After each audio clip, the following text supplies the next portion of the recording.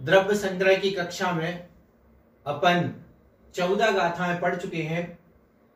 इन 14 गाथाओं में जीव द्रव्य का वर्णन किया गया।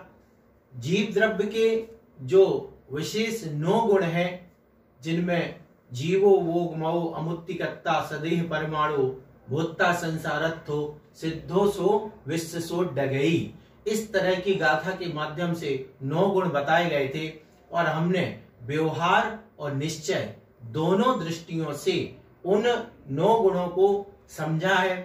अब जब हम जीव द्रव्य को पढ़ चुके हैं, इसके बाद अजीव अधिकार प्रारंभ होता है, यानी यहां से हम अजीव द्रव्य के बारे में पढ़ेंगे। तो अजीव द्रव्य को बताने वाला यह अधिकार, अजीव अधिकार, यह 15वीं नंबर गाथा से प्रारंभ हो रहा है। यह जो गाथा है इसमें कौन कौन अजीव हैं ये बताया गया है। तो सबसे पहले इस गाथा के शब्दों का उच्चारण करते हैं।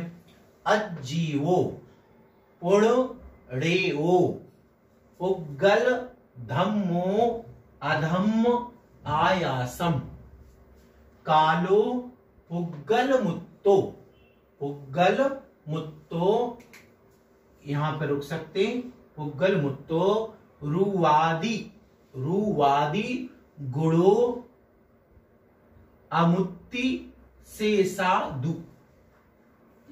अजीवो पुण्रेओ पुग्गल धम्मो अधम्म आयासम कालो पुग्गल मुत्तो रुवादि गुणो अमुत्ति से साधु। ये गाथा का उच्चारण हुआ। अब देखते हैं अजीवो। अजीवो यानी अजीब। तो अजीवो अजीब, पुण्य यानी यहां और देख लें अपन की, और अजीब रेयो, रेयो यानी जानना चाहिए या जानो, अजीब जानो। मतलब जीव अधिकार पूरा हो गया था, फिर उसके बाद प्रारंभ किया और अजीब जानो किसको? पुग्गल, पुग्गल यानी पुद्गल। तो पुद्गल को, धम्मो यानी धर्म,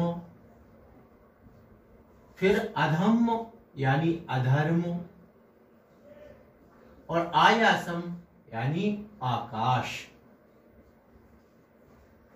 शब्द बिल्कुल स्पष्ट है। पुग्गल पुद्गल, धम्मो धर्म, अधम्म अधर्म, आयासम आकाश। कालो बिल्कुल सरल है, कालो यानी काल। तो यहां तक हो गया कि अजीब जानो, किस किस को अजीब जानो? पुद्गल, धर्म, अधर्म, आकाश, काल। तो ये कितने हुए? ये हुए नंबर 1 पुद्गल, तो 1 हो गया, धर्म 2, अधर्म 3, आकाश 4 और काल 5। इन 5 को अजीवो रेहो, अजीवो रेहो, अजीब जानो। मतलब ये 5 क्या है? अजीब है। अब इसके बाद अगली बात है इस गाथा में कि पुग्गल मुत्तो।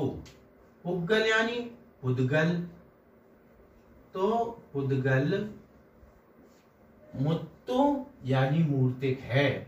पुद्गल कैसा है? मूर्तिक है। क्यों है मूर्तिक? क्यों है? रूपादि गुणों, रूपादि गुण वाला होने से, रूप आदि गुण वाला होने से पुद्गल क्या हो गया? मूर्तिक है। क्यों? क्योंकि वह रूपादि गुणों, रूपादि गुणों से सहित है।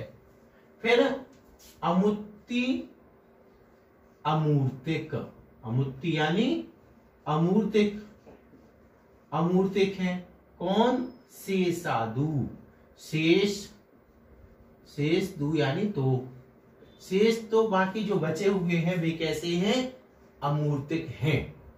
पुद्गल मूर्तिक है। तो यहाँ 5 थे, पुद्गल, धर्म, अधर्म, आकाश और काल। इनमें से पुद्गल क्या हो गया? ये पुद्गल निकल गया मूर्तिक। अब बचे कितने? धर्म अधर्म आकाश और काल। तो ये शेष में कौन कौन आ गए? शेष में धर्मो अधर्मो आकाश और काल। तो ये क्या हो गए? अमूर्तिक। अब देखें गाथा का वापस अर्थ। अजीब अजीबो अजीब रेहो जानो। किसको? पुद्गल पुद्गल, धम्मो धर्म, अधम्मो अधर्म, आयासम आकाश और कालो काल। इनको अजीब जानो। पुद्गल मुत्तो, पुद्गल मूर्तिक है। क्यों? रूपादि गुणों, क्योंकि वह रूपादि गुण से सहित है। अमुत्ति से साधु, पुद्गल को छोड़कर जो शेष द्रव्य हैं वे कैसे हैं? अमूर्तिक हैं। इस प्रकार से इस गाथा का अर्थ हुआ। अब इसमें से अपन को देखना है कि अजीब, पुद्गल, धर्म, अधर्म, ये जो भी चीजें हैं, जो भी द्रव्य है, ये अपन सब देखेंगे क्रम से। इनमें अजीब 5 हो गए, सीधी सी बात है। अजीब कितने हो गए? 5। तो सबसे पहली है पुद्गल, है ना। पुद्गल की यहाँ चर्चा शुरू हो गई है। तो पुद्गल अपन यहाँ लिखते हैं, और पुद्गल को क्या कहा है? मूर्तिक। मुत्तो यानी मूर्तिक है। अब मूर्तिक है क्यों है? क्योंकि रूप आदि इसमें गुण पाए जाते हैं। तो रूप आदि गुण क्या होते हैं? स्पर्श, रस, गंध और वर्ण। ये आपको ध्यान होगा 7वीं नंबर गाथा में वर्ण रस पंच गंधा 2 फासा 8 विच्छया जीवे। ये जो वहां पर लिखे थे वही है कि कितने थे वहां पर? स्पर्श कितने थे? 8। ये अपन ने पढ़े हुए हैं। तो स्पर्श 8, हल्का, भारी, हल्का भारी, रूखा, चिकना, कड़ा, नरम, ठंडा और गरम। इस प्रकार से ये 8 प्रकार का स्पर्श होता है।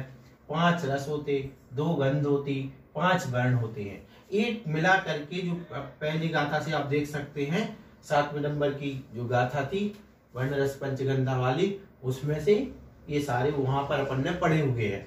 तो ये 20 गुण हैं। ये स्पर्श, रस, गंध और वर्ण ये पुद्गल के होते हैं, इसलिए पुद्गल क्या है? मूर्तिक है। अब मूर्तिक का अपन अगर सीधा सीधा अर्थ समझना चाहें तो मूर्ति शब्द से बना मूर्तिक। मूर्ति यानी उसका कोई आकार है। मूर्ति यानी वो पकड़ में आ सकता है। वह मूर्ति यानी उसको छुआ जा सकता है। जैसे ये क्या है? मूर्तिक है। बोर्ड मूर्तिक है, पेन मूर्तिक है। क्यों मूर्तिक है? क्योंकि इसका कोई कलर है, इसका कोई स्पर्श है, इसमें कोई गंध है, ये चीजें। तो इसलिए स्पर्श रस गंध वर्ण वाला होने से यानी रूपी है। पुद्गल कैसा है? मूर्तिक है। अमुत्ति से साधु। अब जो शेष हैं, जैसे धर्म द्रव्य है, धर्म द्रव्य कैसा है? मूर्तिक नहीं है। किसी को दिखाई देता क्या? अपन को दिखाई नहीं देता है, केवल ज्ञान का विषय है। तो जो धर्म द्रव्य है वह अमूर्तिक है, उसमें स्पर्श रस गंध वर्ण नहीं पाए जाते। अधर्म द्रव्य इसी प्रकार से आकाश। तो आकाश पहले तो ये देख लें कि अपन जिसको आकाश कहते हैं ये आकाश नहीं है, ये वेलोक व्यवहार का आकाश है, जो ऊपर आसमान वाला आकाश है। आकाश का मतलब यहाँ पे क्या है कि जो भी स्पेस है, ये सब यानी खाली जगह है, ये जो भी जगह है, ये सब जहां पर जीवादि द्रव्य रहते हैं, ये सब क्या है? आकाश है। तो हर जगह आकाश है। इसके बाद कालो काल। वैसे ये जो भी धर्म अधर्म आकाश और काल, इन सब का वर्णन आगे अलग अलग गाथाओं में आएगा, इसलिए अभी अपन इनको नहीं देखते हैं। यहाँ पर विशेष रूप से पुद्गल मूर्तिक क्यों है? क्योंकि उसके स्पर्श रस गंध और वर्ण ये पाए जाते हैं, इसलिए वह मूर्तिक है। और शेषादु शेष तो अमूर्तिक हैं। क्यों अमूर्तिक हैं? क्योंकि शेष जो है यानी धर्म अधर्म आकाश काल, इनमें रूप रस गंध स्पर्श नहीं पाया जाता है। अच्छा, रही बात जीव की, तो जीव के बारे में पहले ही बताया जा चुका है कि व्यवहार नय से मूर्तिक है और निश्चय नय से अमूर्तिक है, ये पहले ही बताया जा चुका है। तो इस प्रकार से अगर देखा जाए तो 6 द्रव्यों में जो पुद्गल द्रव्य है वह मूर्तिक हो गया, बाकी के 5 अमूर्तिक हैं। जीव भी अमूर्तिक है, लेकिन व्यवहार नय से वह मूर्तिक भी कहा जाता है। इस प्रकार से ये जो अजीब द्रव्य हैं उनको बताने वाली गाथा यहाँ पर ये अपन ने समझी। यहाँ पे एक बार देख लें, ये 20 गुण, स्पर्श के 8, हल्का वाली आदि, रस खट्टा मीठा कड़वा चटपटा कसायला, गंध सुगंध दुर्गंध और 5 प्रकार के वर्ण, सफेद काला नीला पीला लाल, ये जो वर्ण है। इस प्रकार से 20 ये अपन ने 7वीं नंबर गाथा में पढ़े हुए हैं, वहां से आप देख सकते हैं, वहां पर इन गुणों को देखा गया था। तो ऐसे करके ये अजीब द्रव्य का संक्षेप में वर्णन करने वाली ये गाथा पूर्ण हुई। इसके बाद क्रम से एक एक द्रव्य का वर्णन होगा अगली अगली गाथाओं में। पहले पुद्गल द्रव्य का वर्णन होगा, धर्म द्रव्य का वर्णन होगा, वो हम आगे की गाथाओं में क्रमशः अध्ययन